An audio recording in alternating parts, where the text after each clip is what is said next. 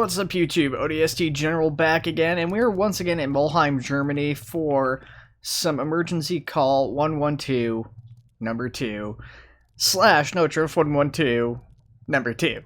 Alright guys, so this is a playtest. This isn't the full game. The full game's not due out until like February, based off of Steam, and obviously that could be delayed or changed too. You just never know with game development. A lot of changes in this game, and obviously it's still not finished, so some changes may even take place after this.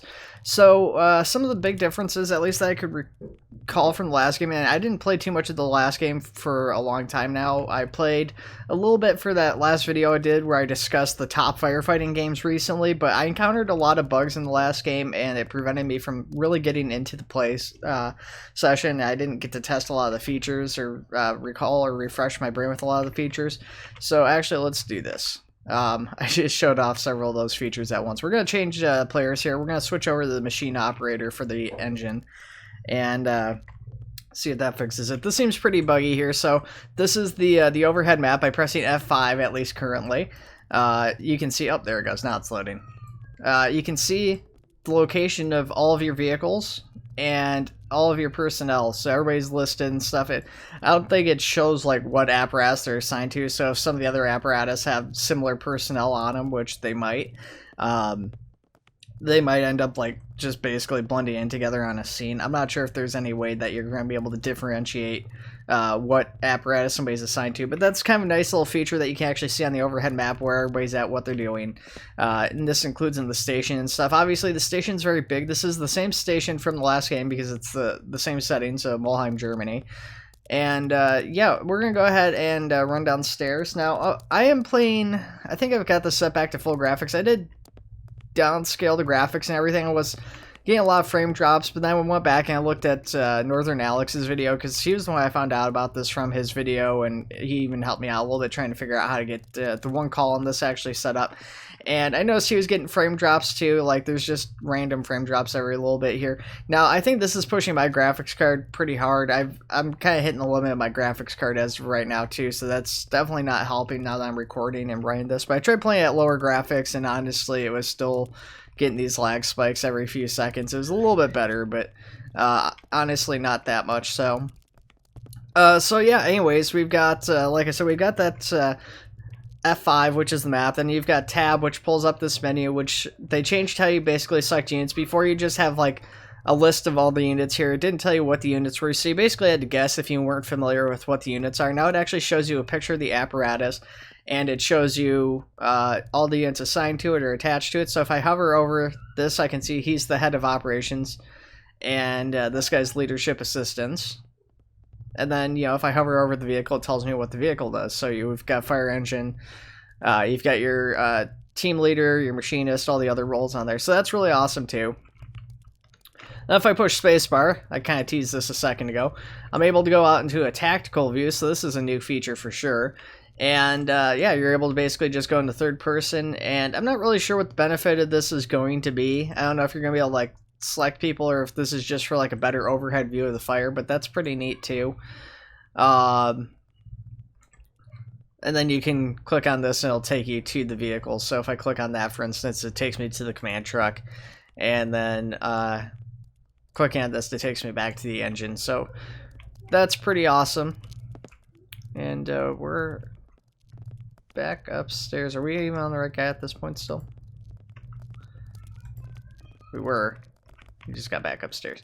Now, in the original game, and I'm sure this is going to still be the case, is you would go on a call by readying up your apparatus, and there is a ready status when you go to that tab menu to switch vehicles and stuff, but you don't actually ready up your vehicle to set the only mission here. There's a hidden chair up in one of the offices that you have to go to, and I'll show that off to you guys in a little bit. So instead, first what we're going to do is we're going to just take a quick look at the engine here. Now there is more stuff in the command vehicle too that's a little bit different, but honestly I don't know that most of it's worth showing off. I might go over there real quick. Oh, I accidentally hit to leave. I went to close the door and wasn't paying attention to what I was clicking there. It seems like I forgot to enable reflections. So the reflections are still broken because there should be reflections for the mirrors, potentially. Anyways, we're just going to go ahead and pull this out here. Open that up. So along the top here, and actually the command vehicle is pretty much like this too. There's a whole bunch of interactable buttons, so you can actually interact in first person now with all this stuff. You can do things like turn the lights on, turn sirens on. Oop.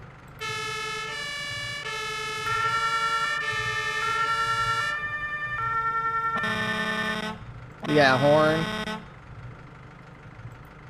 You got master controls.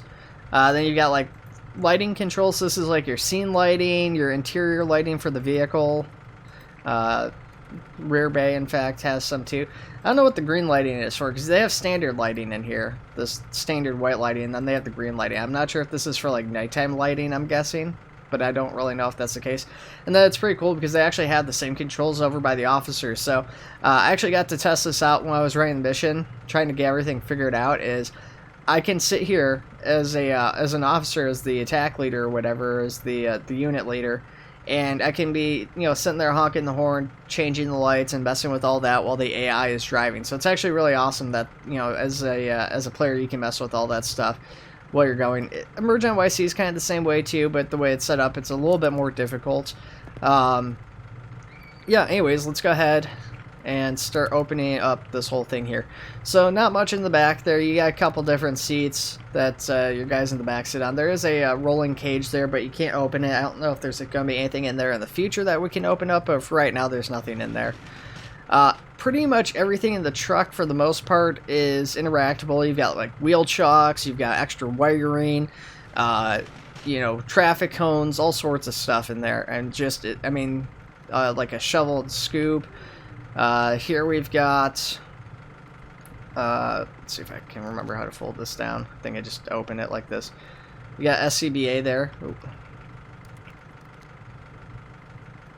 And, you know, the fact that this all opens up like this isn't really a surprise to me. Just because the last game was like that, where you had like all this stuff that you could interact with and open up, and it was very detailed in that sense. My biggest concerns with this game isn't the detail, because like I said, it was really good. I was kind of expecting that this time around too, that they would have a lot of detail and a lot of stuff that you could interact with and potentially use on a scene. It's the freedom of use of that stuff, and that seems somewhat limited. You know, I can't just go out and swing a pike pole at any point in time, for instance. I haven't messed with this. What does this do? Oh, that's scene lighting. Okay, see, I didn't even know that. I missed that the last several times I've been in here. That's pretty neat. Uh-oh. I stopped, but I'm still attached to the scene lighting. There we go. Fix that. So, obviously, there's some bugs. Now, that was a big thing. That was the biggest issue with this game. The first one was all the bugs and stuff. Now, this is a playtest, and it's not due out for several more months. So, I'm trying to give them the benefit of the doubt and hoping that they fix all that stuff by the time it releases, but we'll have to wait and see. It's only 3 months away, and some of these bugs are pretty bad. But graphically, though, it's better. You know, level of detail, it's a lot better, and there's a lot of nice little features that they've changed that have improved so far. So, I'm pretty excited. Pretty hopeful, I should say. So we've got lighting controls, which if I go in there, you can see I've turned that overhead light off. Pushing that middle one turns on those flashing beacons at the top. And then that one there is actually a little bit tougher to tell, but that's like a set of the tail lights turning on and off there, so that's pretty neat. A little bit more interesting is that you're able to actually control the pump, so if I click this, you can see this lights up and you can hear a change in the sound effects, so the pump's turned on. Clicking this doesn't do much right now, but clicking this one ramps up the pump, and you can kind of see, hopefully you guys were able to see that, but the dial changes. This one puts the pump down and changes the pressure. I don't know if that's going to make a difference. I don't know if there's any reason to not run the pump at full pressure. It doesn't seem to damage the apparatus, even if there's nothing hooked up to it. You know, I don't know if you have to worry about having like water, you know, hammer back and stuff. I don't know if that's going to be an issue. Potentially.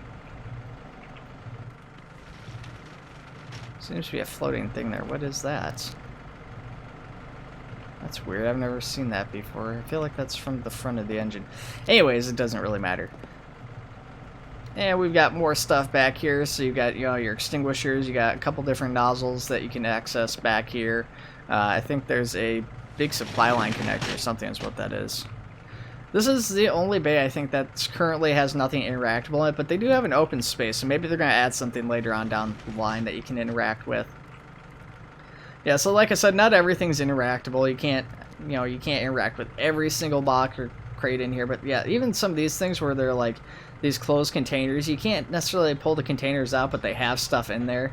You just kind of gotta recognize the silhouettes, I guess, to figure out what's in there. But like, there's a power drill. I don't know what you would use a power drill for in this, but it's kind of interesting that they have that.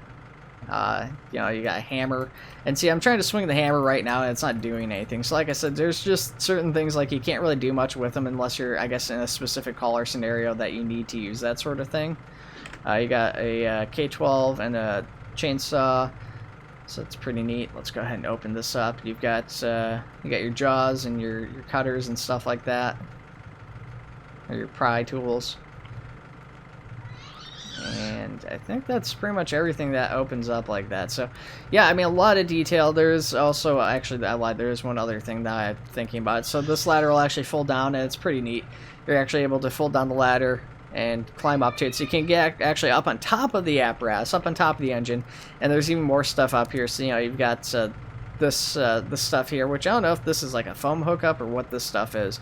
I'm assuming there's sand, but I'm pretty sure that's down in the compartment below that hooks up. That I feel like is the foam hook up there that like it goes up onto the top of this and like hooks up into the lid for like the mix. But I don't know if that's actually the case, because it doesn't necessarily look like that when it's opened. I couldn't figure out a way to hook it up if it is. You know, you've got your tools up here, so you got additional tools. So like I said, you've got your pike pole, and you've got some additional, you know, stuff for like structural collapse or for stabilization and stuff here. You got an extra ladder, so really neat stuff. Now I could just jump off. There isn't any fall damage as far as I can tell, but we're gonna take the ladder just so you guys can see the animation from that. So pretty decent animation. It's a little bit far off the ladder, so hopefully they change that or fix that, but it's not too bad. So we're gonna go ahead and we're going to close this all up. And we're going to put these back on, and we're going to, yeah, we're going to get this whole thing shut and everything. Because, as it turns out, if you currently try to do the mission with the AI and have all this open, the AI tend to like kind of freak out. They get confused. They don't know if you're on a call or what.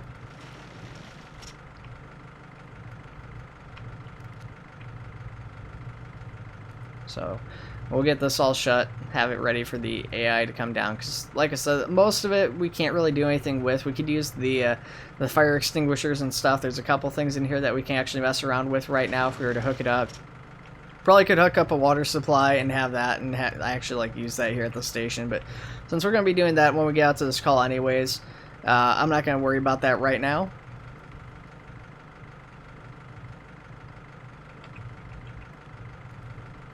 I love that. Yeah, all the animations and stuff, it definitely makes it feel a lot better. It's a lot more detailed and stuff, and it's nice to see all those animations, even if they're kind of, even if they feel kind of basic. Like, even Emergent YC doesn't really do these animations and stuff, which is a nice level of detail to add to the game. But like I said, as much detail as they have, my biggest concern ultimately at the end of the day comes down to if the game is going to be playable in the first place. If there's these constant frame drops when the actual game comes out, that might be an issue. Now, I run a 1060, so my card's a little bit on the older side at this point, and it's showing its age more and more. So for a card that's several years old, I don't expect it to run a new game like this at like full graphics. On the other hand, this game doesn't have the greatest of graphics either. So with that, you know, bearing that in mind, I do think maybe this game I should be able to run it at full graphics with the 1060. I don't know.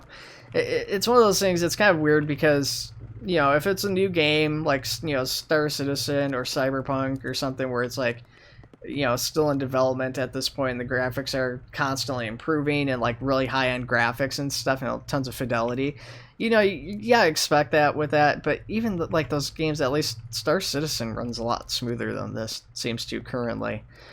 So then we're going to go over the command vehicle really quick. I'm not going to turn everything on and open up the back doors. The back doors have a little bit of extra equipment, but it's the same stuff that's kind of in the back of the engine.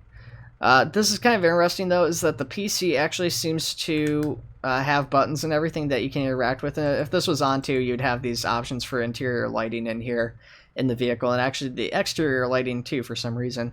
But yeah, you have PC1, PC2, and then you've got these buttons. Now these didn't seem to do anything while I was in here showing, or like playing around with this previously. But they maybe do something on the scene. I don't actually know if that's the case or not, but just thought it was kind of neat. And just the kind of same similar controls up in the front as the engine had. So those are the only two apparatus currently in the game. So what we're going to do here is we're going to run back in. We're going to change characters here and get down to the bay and do this. One of the other cool things too is that obviously you're in station wear now, which wasn't the case in the last game. So you start off in station wear. You actually have to put your bunker gear on. Everybody's got their own unique bunker gear too, which is nice. So we're going to switch over to our officer here, who's hanging out in the back of the station over by the park, which is a nice little area here to kind of chill and hang out. Not much to do, but a nice relaxing spot. And then we're going to run upstairs with him, because I forgot for a second how I need to activate that mission, and I was thinking I needed to do it through a menu, or that was just going to activate itself or something. I don't quite know what was going through my mind. We need to run back upstairs, though. And I think it's right over here. Yep, this is the room. So this is like this little dispatch center. Now, it's this chair for some reason. It's kind of misleading. You look up here, you think it would be like the computer that's on or something you need to interact with. But the only mission you basically interact, you go sit in this chair, and it activates the mission. You see, it's kind of neat here is that one of the things is it was really easy to get lost in the old station. So now you get a ground path that shows you where to go. So you get these arrows pointing you in the right direction.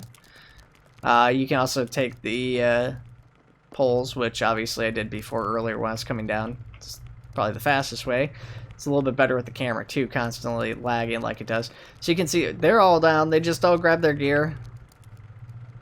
We're going to be the last on, so we grab our gear. Of course, being the leader, the officer of this truck, we have our little special codes to signify that. And we're going to let the machinist drive just because, unfortunately, when I was driving last time, it didn't show me the way. It was very buggy trying to get that sorted. So we're going to go ahead and close that. Hopefully the other truck is able to figure out what way to go. Hopefully they'll leave here in just a second.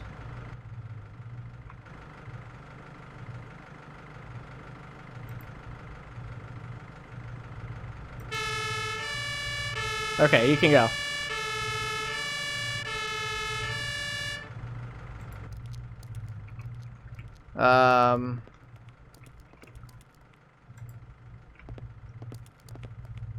Seems our command vehicle, which should be coming with us, is not actually coming with us. I don't know if the driver's waiting on them to go out and get their stuff or what. So we're going to have them come out, and we'll just manually throw them in the truck or something. I don't know which of these guys is supposed to drive. I'm assuming it's the leadership assistance guy, who I think we're currently on. I've not actually driven this thing with either of these guys yet.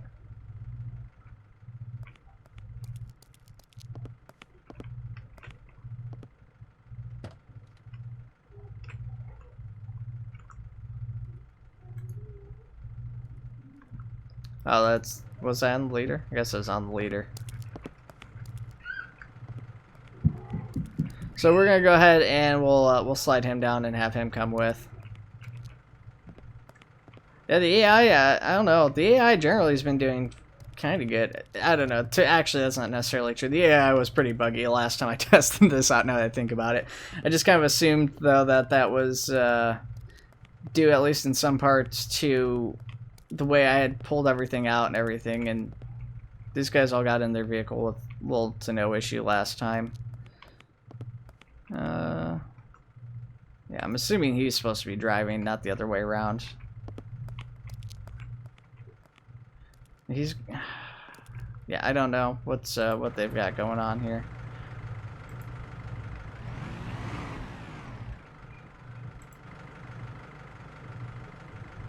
Go as passenger to 0.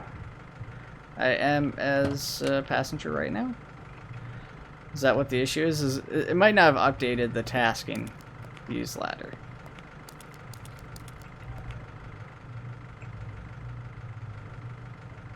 No, I think it did update the tasking. I think now it's even more confused.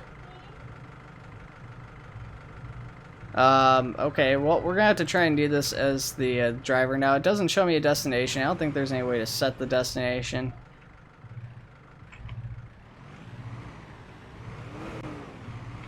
I'm gonna actually leave the siren off this time just so I can talk over it. Normally I'd run the siren and everything, but I really dislike the European sirens, I'll be honest with you guys. They're much more noticeable. I think they're a little bit better in that sense than American sirens.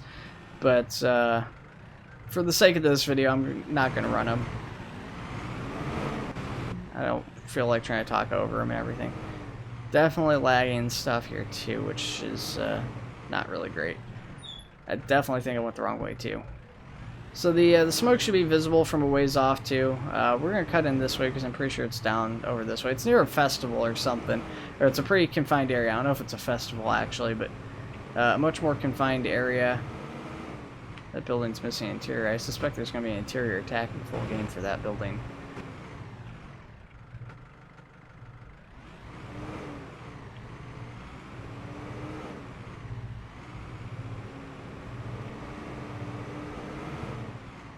Definitely have no idea where I'm going here, guys. I do apologize for this.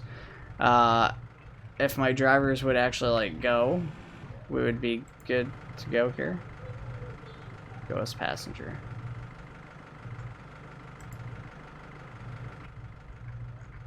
I was kind of hoping if I just changed, she might start to drive.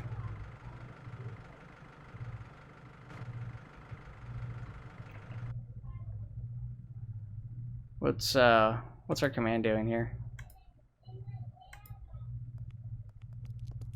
Oh, that's what I did last time. So I actually had clicked that and... Okay. So if I actually do this...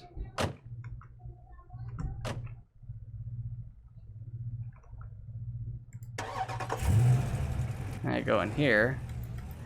Nope. That does not work. So yeah, you can see our command is driving here.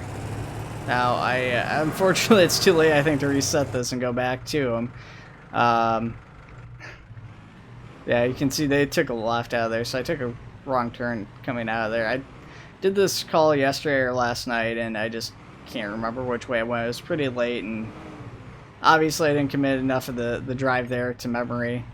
And by enough of it, I mean any of it. Oh, hey, there we go. It's there's a GPS path there, I think. Ah, yeah, there's the call. Okay, so it was kind of close-ish. Not too terribly bad.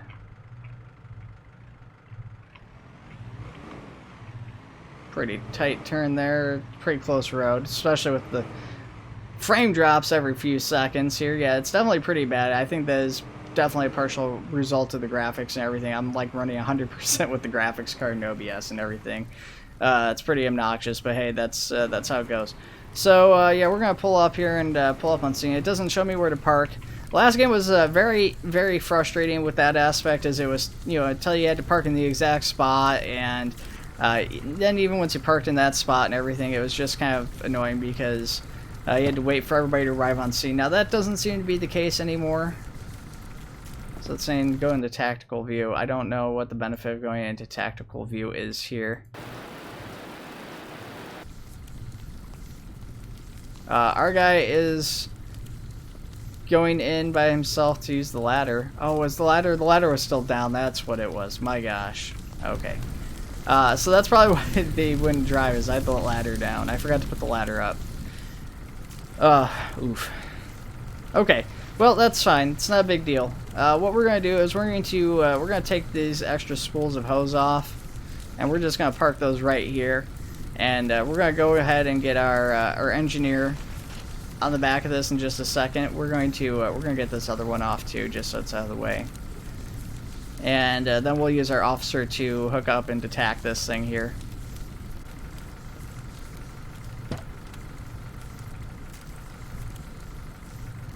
And hopefully he doesn't throw a fit about it once I get him on here and try to like drive off or something.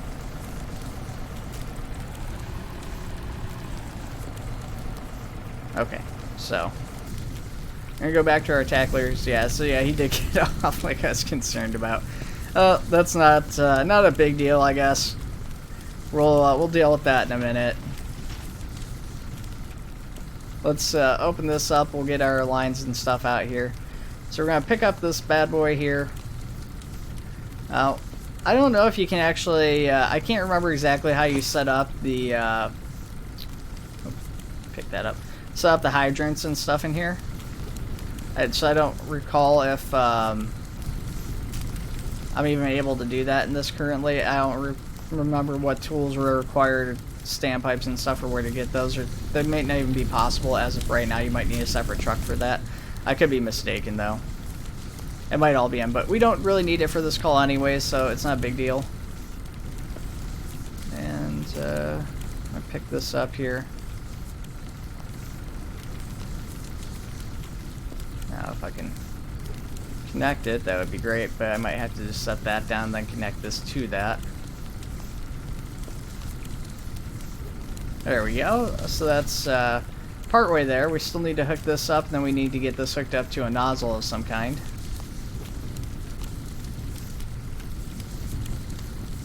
Oh, right, yeah, set this down. Not always the most intuitive system, but it's pretty similar to the last game, but like I said, I didn't play too much of the last game. A whole lot when I went back to test it, so not quite natural to me at this point still. Now, there's a few different nozzles here, and then there's some more on the other side, which, oh hey, this is actually open, that's kind of neat. So I could grab one of the nozzles out here. This has a standard stream and fog pattern down there, which is pretty nice. I know a lot of people didn't like that. We can also pull out the, oh my gosh, the foam. There we go. I blanked out there for a minute. I couldn't remember the word foam for some reason. We could pull out the foam and get that all set up. I kind of want to see these other nozzles over here. I didn't test these out at all. I don't recall using these in the last game. It's like extended nozzles. Kind of curious how these work. I don't like. That's a really big setup. Oh, it's got a handle on it. That's gross.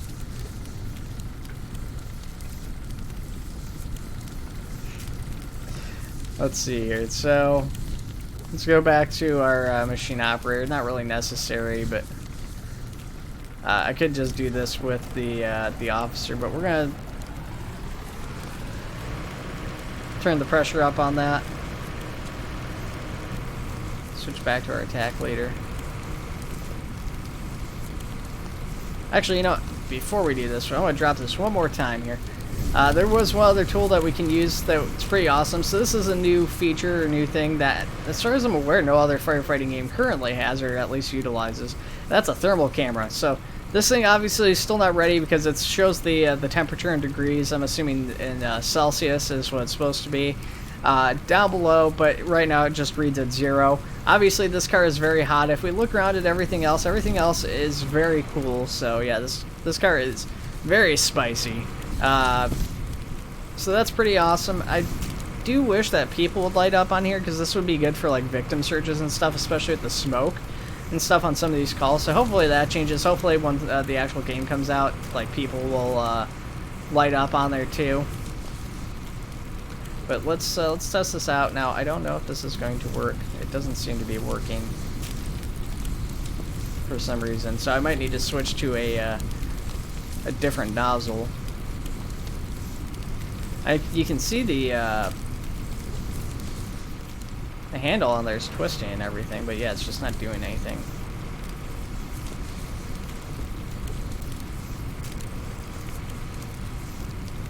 That's not disconnecting.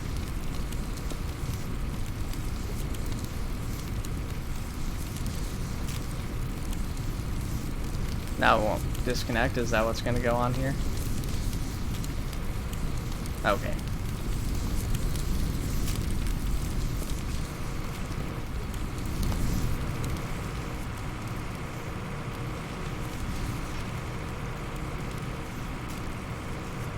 Alrighty. So we're going to go back and we're going to grab one of these, because these things, I did test out these last time and these worked, so this should work here. If it's not working, I'm doing something wrong. But we've got the engine going, we've got water that should be pumping through and everything, so we should be all set to go as far as that's concerned.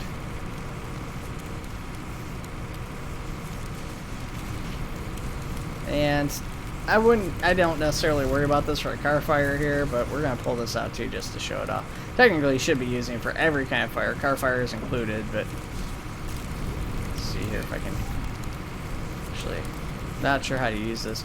I'm sure there's a way to hook up the SCBA. I just don't know what it is. Oh, maybe not. Unless, oh, it could be that this is only usable. Oh, yeah, so it's just because I'm the officer right now. The other guys, or at least one of the guys, has SCBA already on. So I'm guessing he's our attack team leader or something. Yeah, so if we switch over to him, we've actually got the SCB on. So I guess we'll switch over to this guy for the sake of that, just so we can show that off. So we're going to pick this up here. There we go.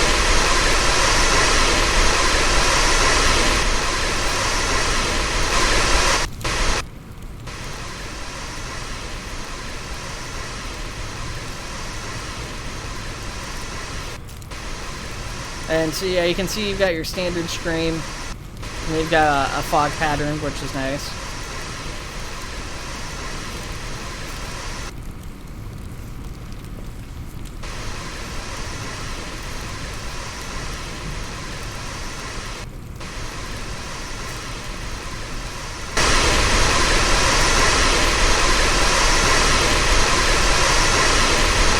A little bit of frame droppage there, that's on my end though. I'm taking screenshots, guys, I do apologize about that.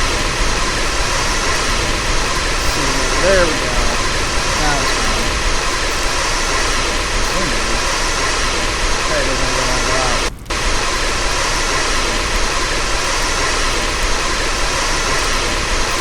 That's just fighting me now. Went out pretty easily last time. Move around the car here, try to get it from a different angle, see if that helps.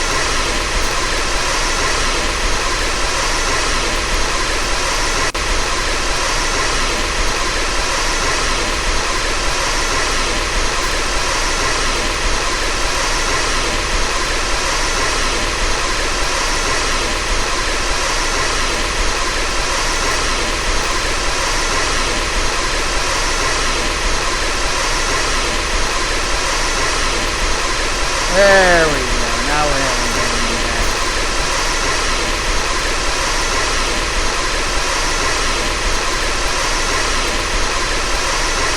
Still a little bit tricky. Still fighting this time, that's for sure.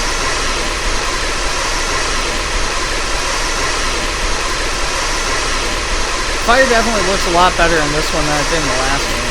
Last game it looked really weird. I don't know what that was a result of, but yeah, definitely much better than this.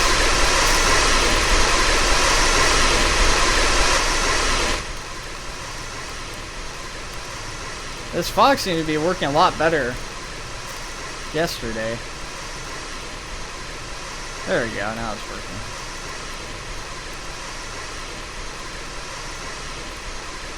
Still hear fire crackling in here, so we're just going to keep going around this thing.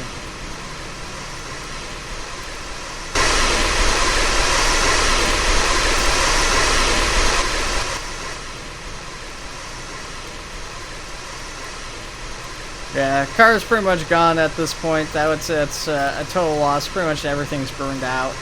A little bit of the car untouched by fire. See a little bit of the original paint job there under all that charcoal. Oh, charcoaling, I should say. Not charcoal, but whatever.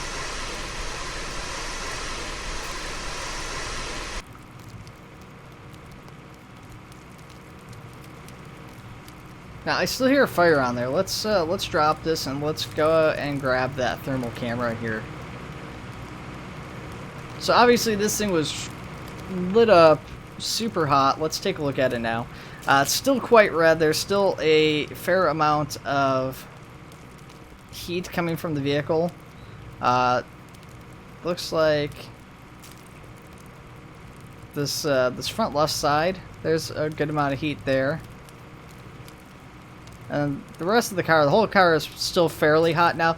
That doesn't necessarily mean the whole car is on fire. The heat seems to actually change over time, but yeah, it seems that the back right side and the front left side are still very warm. So we're going to set this down right here for just a minute, because we might need that again in a second. And obviously, yeah. Oh yeah, you can see a little bit of a flame sparking out there.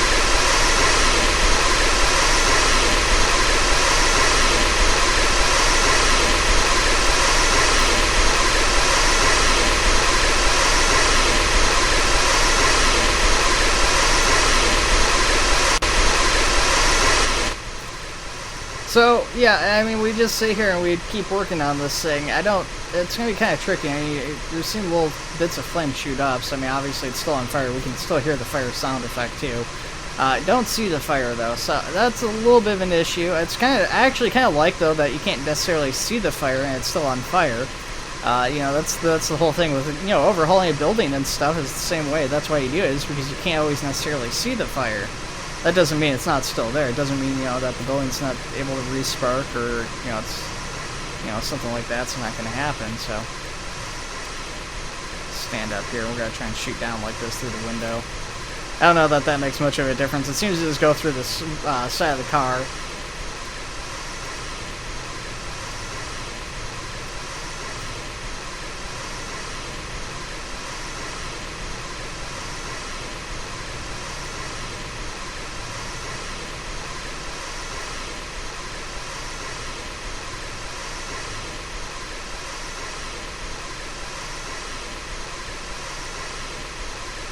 No,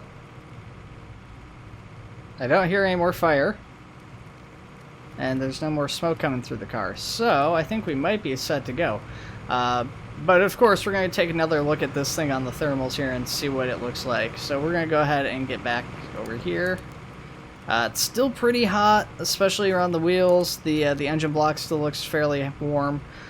With that being said, though, I think we've got it. I'm pretty confident we've got it. It seems to be a lot duller than it was before, and like I said, it does take some time to cool off, so we could just wait here for this thing, and honestly, if I was playing an actual call here properly, I probably would, but we spent a lot of time showing off all the tools and equipment. We're already at like 40 minutes into this, so I've got to end this video here at some point, guys, so we're going to call this good now. This is a lot longer than it should have been.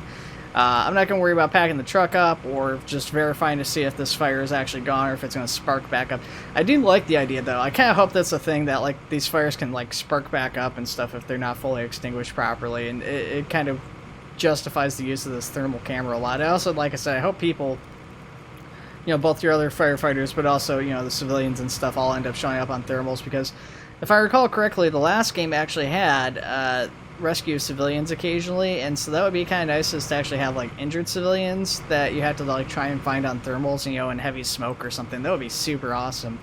Hopefully Emergent YC or Into the Flames adds a thermal camera. I actually love this thing. This thing is so cool in here. I've never got to use a thermal camera in my very, very brief time with a fire department. Yeah, this thing's a blast. Okay, yeah, you can see the wheels are cooling off, but yeah, like I said, I gotta end this video here, guys, so take it easy. Let me know what your thoughts are on Notruf 1122.